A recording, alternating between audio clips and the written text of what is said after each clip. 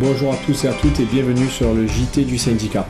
Nous ne prévoyons pas de partir en campagne pour ces élections, néanmoins nous ne pouvons continuer de laisser dire tout et n'importe quoi au travers des différents tracts et aujourd'hui nous allons rétablir des vérités avec vous.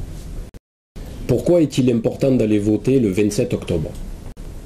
Voter est un acte civique et de votre vote dépend le rapport de force. Pourquoi voter CGT ?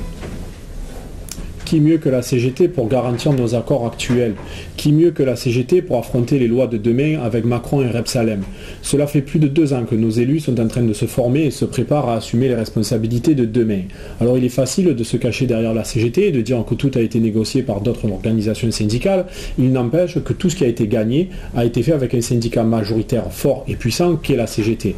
De par vos votes, vous êtes en train de construire le premier rapport de force. Quand vos élus vont aller devant la direction, ils pèsent le poids des urnes et le verdict des urnes. Voilà pourquoi il faut un syndicat majoritaire et un syndicat fort. La CGT, avec ses élus, est capable de continuer le travail entrepris, de continuer de passer vous voir pour prendre vos doléances, vos revendications, de les mener devant le patron et de les défendre et de les justifier et les appuyer. Pourquoi la CGT veut rester majoritaire ? La CGT est une organisation syndicale qui a fait ses preuves, qui est responsable, mais c'est surtout et aussi un syndicat de lutte. Comme nous l'avons prouvé par le passé, en 2010 par exemple, nous sommes allés au conflit pour défendre nos retraites sans peser sur la pérennité du site. Car, bien entendu, pour défendre les revendications du personnel, nous devons aussi être attentifs à ne pas peser sur un risque éventuel pour nos entreprises. Aujourd'hui, nous n'en tirons aucune gloire, mais il vaut mieux au jour d'aujourd'hui porter un bleu Ineos qu'un bleu Total Lamed, ce qui était différent il y a quelque temps. Il n'empêche que même si nous sommes dans une situation plutôt favorable, il n'empêche qu'elle reste fragile et que nous ne devons pas la menacer. Quoi qu'il en soit, ce n'est pas pour ça qu'il ne faudra pas prendre en compte les revendications du personnel. Mais c'est toujours pareil. Une fois que les revendications sont montées, quand on retourne voir la direction, on a derrière nous le poids des urnes et le poids des élections. Et c'est bien avec un poids des élections fort que nous pourrons défendre les salariés demain encore plus fortement. Quelle est la vision du CE pour la CGT ?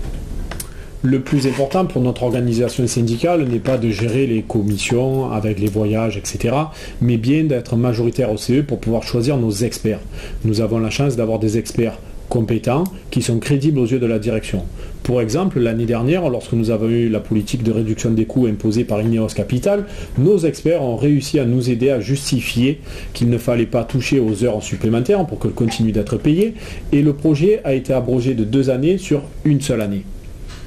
En ce qui concerne les commissions, comme la CGT l'a toujours fait, la porte a toujours été ouverte pour que les salariés viennent nous aider à choisir les voyages, les colonies et toute autre activité du CE.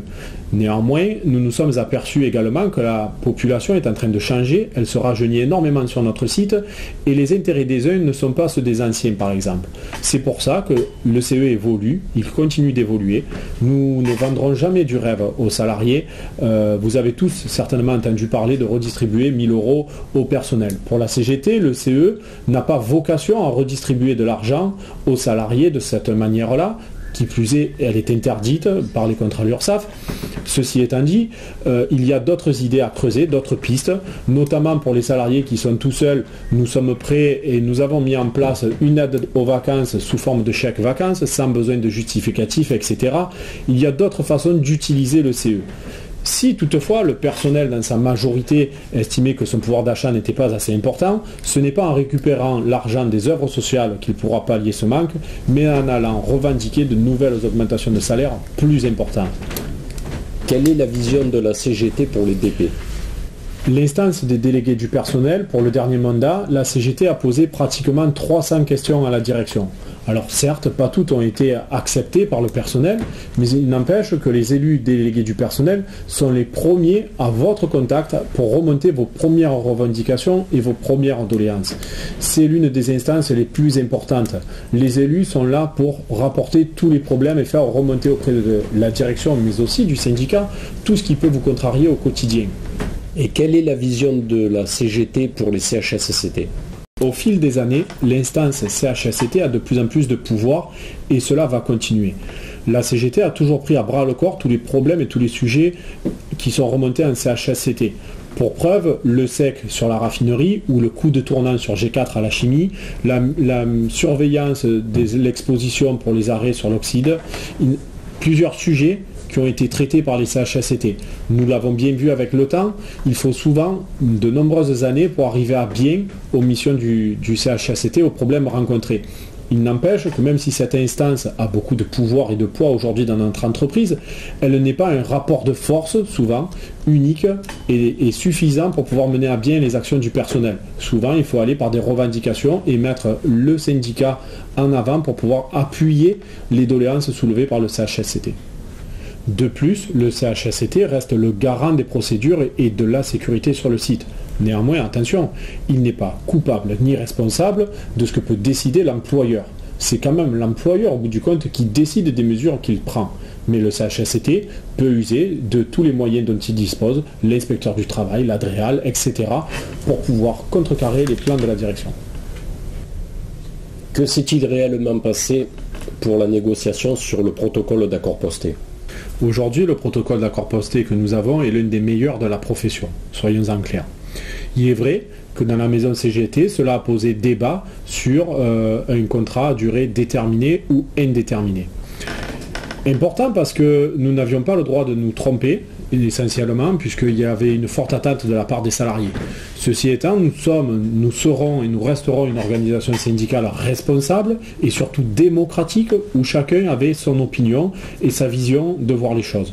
Il est vrai que nous avons eu plusieurs débats, nous avons mis des semaines, peut-être un mois, à trancher en faveur du CDI sur cet accord, mais tout le monde a pu porter sa pierre à l'édifice et ce qui s'est passé en interne dans la maison CGT doit rester dans la maison CGT. Ceci étant, il est plus facile de se tromper quand on prend une décision seule, beaucoup plus compliqué de trouver une solution à 50, 100, voire 200 personnes et il est aussi évident que plus nous serons nombreux et moins nous aurons de chances de nous tromper et nous prendrons les bonnes décisions. C'est pour ça qu'à la CGT, vous pouvez venir adhérer, apporter votre pierre à l'édifice et continuer à défendre les valeurs qui sont les nôtres. Alors pourquoi la CGT ne communique pas plus ? Parce que la CGT n'a pas toujours eu pour habitude de vendre le travail qu'elle faisait. Si on prend pour exemple la mutuelle, nous avons changé de mutuelle et nous avons eu un courtier qui a essayé pendant un petit moment de faire un peu comme il voulait. Cette année, pour la renégociation du contrat mutuel, cela a pris plus de 9 mois à un militant de pouvoir lancer des appels d'offres, de pouvoir essayer de travailler sur notre contrat mutuel. Résultat, au bout du compte, au-delà du passage à 50% de cotisation pour le patron et pour le salarié sur une mutuelle de base, c'était le texte de loi, la CGT a réussi à imposer que le patron cotise à 50% sur une mutuelle complémentaire. À savoir que le courtier s'est aligné sur les tarifs proposés par les mutuelles concurrentes qu'avait lancé la CGT sur ses appels d'offres. Pour l'anecdote, sachez que c'est la MIP que nous avions quittée il y a quelques années à cause de Mercer, qui était les plus compétitifs sur l'appel d'offres. Merci à tous et à toutes de nous avoir écoutés. Encore une fois, le bilan sur ce dernier mandat de la CGT est loin d'être mauvais et critiquable comme il l'est aujourd'hui. Nous aurions pu faire mieux, nous espérons faire mieux à l'avenir, nous espérons venir encore plus souvent à votre rencontre, être encore plus proche des salariés et encore mieux défendre les intérêts de la plateforme et bien sûr en continuant à garder la pérennité de notre site. Merci à tous, bon vote le 27 octobre et n'oubliez pas, votez CGT.